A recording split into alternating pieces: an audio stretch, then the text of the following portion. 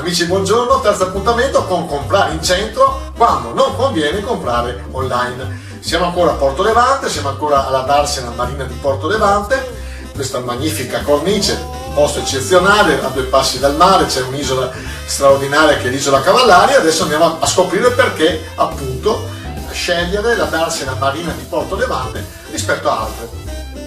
Ancora con Paolo Comunian, perché? Perché vogliamo parlare delle caratteristiche dei diportisti di questa Darsena.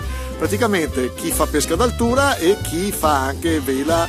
Siamo davanti a un 3 alberi straordinario. Quali sono le caratteristiche del diportista medio del vostro club?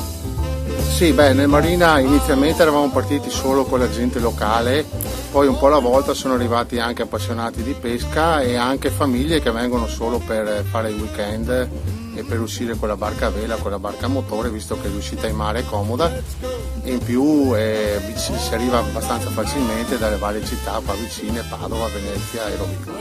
Ecco, voi avete anche una scuola di vela o sbaglio?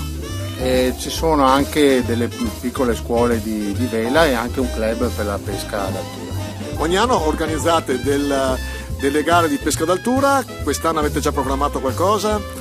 Covid permettendo, a maggio, fine maggio dovrebbe essere un'altra gara di pesca d'altura anche quest'anno. Quindi Marina di Porto Levante, Porto Viro, provincia di Rovigo, come diceva Cibotto, a 2 passi dall'infinito.